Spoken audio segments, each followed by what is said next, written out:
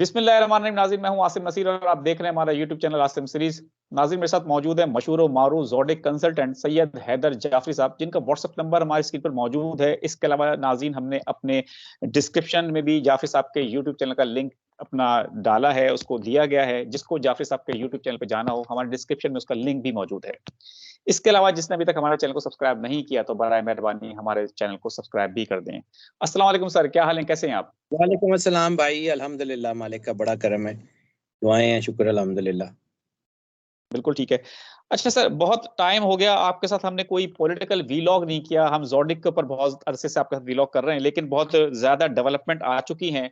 हम पॉलिटिकल आपसे कुछ आपके जो आपका इल्म है उसके हवाले से आपसे बात करेंगे।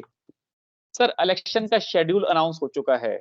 आप जी पाकिस्तान के अंदर 2 माह में तकरीबन इलेक्शन होने वाले हैं। 2 माह से भी थोड़ा कम ही वक्त रह गया है, बल्कि अब तो आप हालात क्या देख रहे हैं पाकिस्तान में? सर, मैं बार बार आपको एक बात अर्ज करता हूँ कि अगर 8 फरवरी 2024 को इलेक्शन हो जाते हैं तो आईके इज द विनर। आईके बिल्कुल जीत जाएंगे। हाँ, इतने आसान पेस के ऊपर सारा कुछ नहीं होगा, इंतहाई मुश्किलात आ सकती हैं, दबाव आ सकता है, लेकिन at the end of the day वही होगा जो एनर्जी पैटर्न्स में नजर आ रहा है। एनर्जी पैटर्न्स मेरे कहने के ऊपर तो चलते नहीं है, वो अल्लाह का बनाया हुआ सिस्टम है, अल्लाह की मर्जी से चलता है। वो मालिक है, वो कुल कारसाज है, वो जब चाहेगा जो चाहेगा करेगा, वो करता है और बेहतरीन करता है। तो मुझे जो है वो इस बात का बड़ा कभी इम्कान है कि 2024 चूंकि कन्फ्रंटेशन का साल है, मुझे इस बात का बड़ा क्लियर कट नजर आता है कि 2024 में चूंकि सैटर्न यानी ज़ोहल की एनर्जी बहुत ज़्यादा जो है वो सपोर्ट कर रही है बहुत ज़्यादा चीज़ों को, तो वो तो इंशाल्लाह ताला मुझे लगता है कि जो दबा हुआ तबका है उसके लिए तो बहुत बेहतर होने जाना है। क्योंकि ये ज़ोहल के साथ एक और चीज़ होती है कि ज़ोहल जो है ये कायाकल्प का सियारा इसको कहा जाता है। ज़ोहल को जो है वो जज भी कहा जाता है, मकाफ़ात अमल का सियारा भी कहा जाता है। यानी अगर आपने किसी के साथ बुरा किया हो तो आपके साथ बुरा होना शुरू हो जाता है, और अगर आपने किसी के साथ अच्छा किया हो तो आपके साथ अच्छा होना शुरू हो जाता है।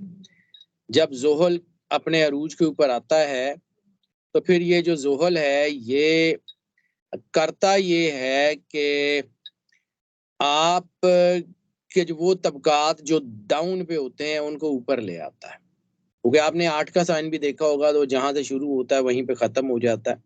वो 2 सर्कल्स होते हैं आपस में जुड़े हुए। तो ये जो 8 है ना, ये वाला 2024 वाला, ये 8 कुछ करके जाएगा। It's not the easy thing. ये 2024 कोई इतना आसान साल नहीं है, और 2024 में बहुत बड़े-बड़े बुर्ज भी उड़ सकते हैं। बिल्कुल ठीक है सर। नाज़रीन, जैसे कि जाफ़री साहब ने बताया कि 2024 जो है वो आसान नहीं है। अच्छा सर, आपने हमेशा कहा है कि अगर इलेक्शन हुए और शफ़ाफ़ तरीके से हुए तो आईके जो है, इमरान खान जो हैं वो इलेक्शन जीत जाएँगे। लेकिन कुछ इस तरह की खबरें आ रही हैं कि पीटीआई के जो उम्मीदवार हैं उनको कागज़ात नामज़दगी के हुसूल में मुश्किलात का सामना है। पुलिस की तरफ से कुछ इलाकों में ऐसा भी खबर रिपोर्ट हुई कि छीने गए हैं।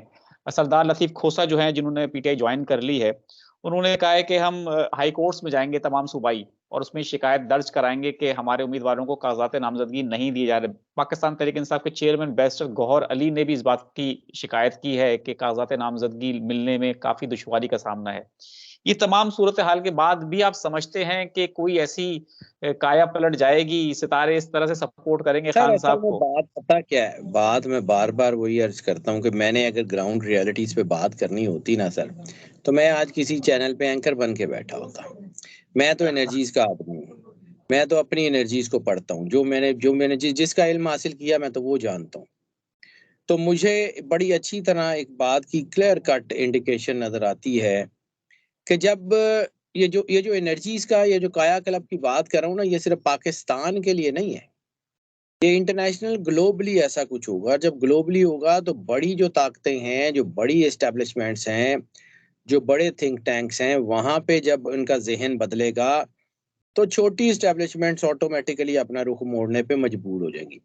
और मैंने अक्सर आपको कहा है कि आईके को जो सपोर्ट मिलती हुई मुझे नज़र आ रही है, वो आईके को जो सपोर्ट नजर आ रही है वो इंटरनेशनल ज्यादा नजर आ रही है, मुझे पाकिस्तान के अंदर की बजाय पाकिस्तान के बाहर से नजर आ रही है।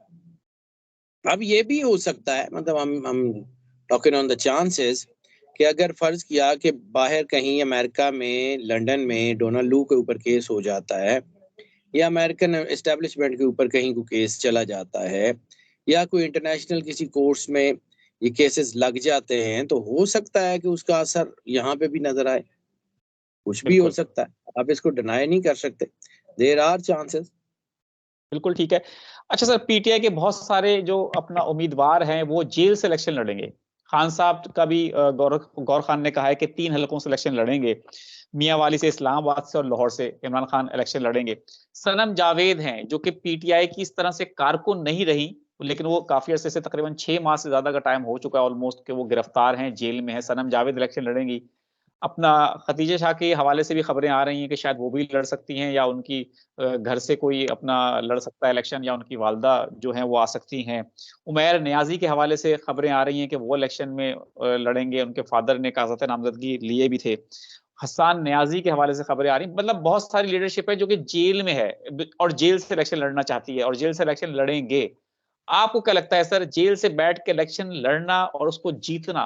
क्योंकि अगर माजी में चला जाए, आपकी भी एक हिस्ट्री है, कौसर न्याजी साहब ने इलेक्शन लड़ा था 1977 की गालिबन बात है, जेल से इलेक्शन लड़ा था और जीत भी गए थे। इस तरह बहुत सारे हमारे सियासतदान हैं जिन्होंने जेल से इलेक्शन लड़ा है और जीते भी हैं और हारे भी हैं। तो पाकिस्तान तहरीक इंसाफ बहुत अरसे बाद ऐसा हो रहा है कि जेल में इतनी बड़ी तादाद के साथ लोग जेल से इलेक्शन लड़ेंगे, तो सर क्या मंजरनामा देख रहे हैं आप? सर मैंने आपको पहले भी अर्ज किया था कि बहुत सारी चीजें जो हैं वो इस वक्त टर्न होने जा रही हैं। हम जिस चीज से हमारा रोज का जो है वो वास्ता पड़ता है वो सूरज है, जो सुबह को तुलू होता है और शाम को गरूब हो जाता है। दुनिया में कोई सूरज ऐसा नहीं है जो कभी गरूब ना हो।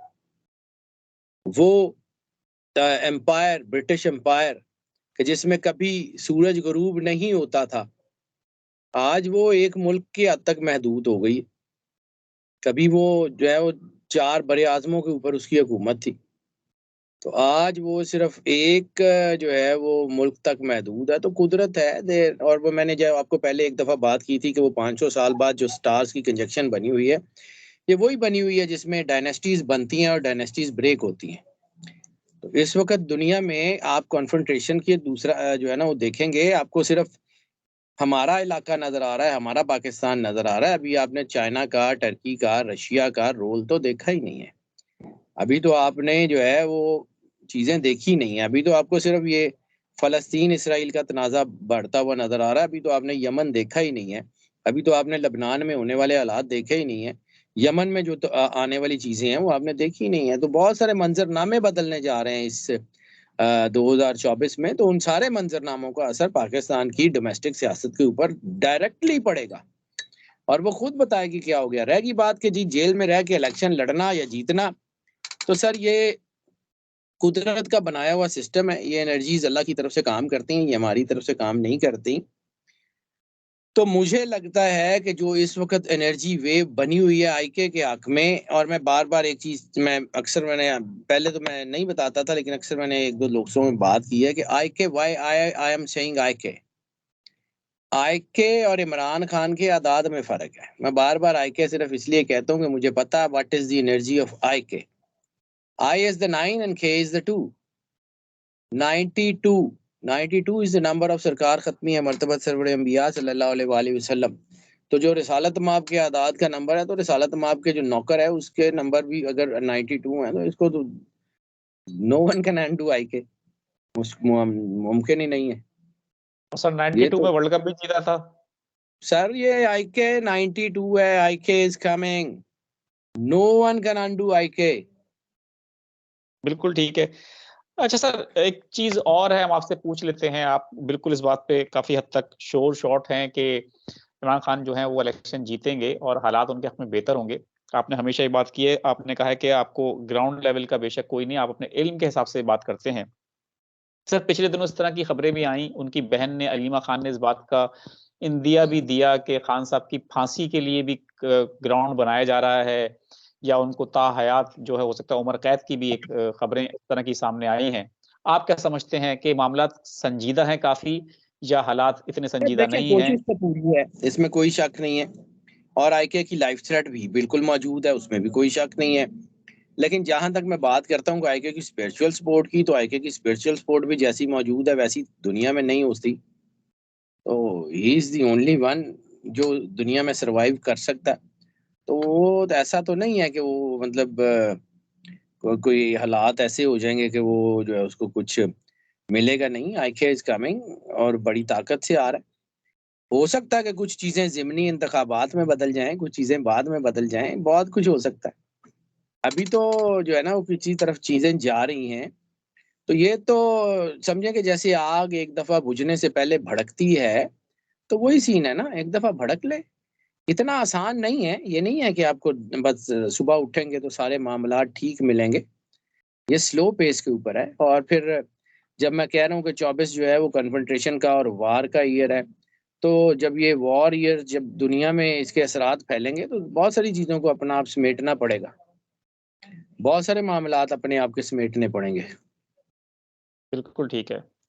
अच्छा सर, जिस तरह से इलेक्शन कराए जा रहे हैं, अगर ये इलेक्शन 8 फरवरी को हो जाते हैं और जिस तरह की लेवल प्लेइंग फील्ड दी जा रही है नून लीग को और दीगर जमातों को, जिसमें तहरीक इंसाफ को तो बिल्कुल नहीं दी जा रही, उसके लिए वो हाई कोर्ट जाने का ऐलान भी कर चुके हैं। तो अगर ये इलेक्शन हो जाते हैं, इसके बाद पाकिस्तान तहरीक इंसाफ तो किसी सूरत इस तरह के इलेक्शन को नहीं मानेगी। आप क्या समझते हैं, पाकिस्तान पीपल्स पार्टी, जो कि उसका भी नजर आ रहा है कि वो भी शायद इस दफा इक़्तिदार में जगह ना बना सके, तो वो क्या तहरीक इंसाफ के साथ मिलकर कोई तहरीक चला सकती है? सर, मैं आपको एक बात कह रहा हूँ अभी तक, जो मैंने ज़ायचा देखा है, अगर 8 फरवरी 2024 को इलेक्शन हो जाते हैं, आईके वन साइडेड विनर है। बाद में कोई माने या ना माने that is the other thing, वो तो बाद की बात है। मुझे तो अभी तक यही नज़र आ रहा है। मैं कोई फ़ॉल्स होप नहीं दे रहा हूँ, कोई ग्रीन गार्डन्स नहीं दे रहा हूँ। मेरे एनर्जी पैटर्न्स मुझे जो बताएँगे मैं वो करूँगा, जो मुझे जो है वो पता लगेगा मैं वो कर दूँगा, मैं बता दूँगा। यही अगर एनर्जी पैटर्न मुझे कुछ और बता रहे होंगे तो मैं आपको वो बता दूँगा। मेरी मर्ज़ी से तो सर ये इसमें होना कुछ नहीं है, करना तो अल्लाह ने।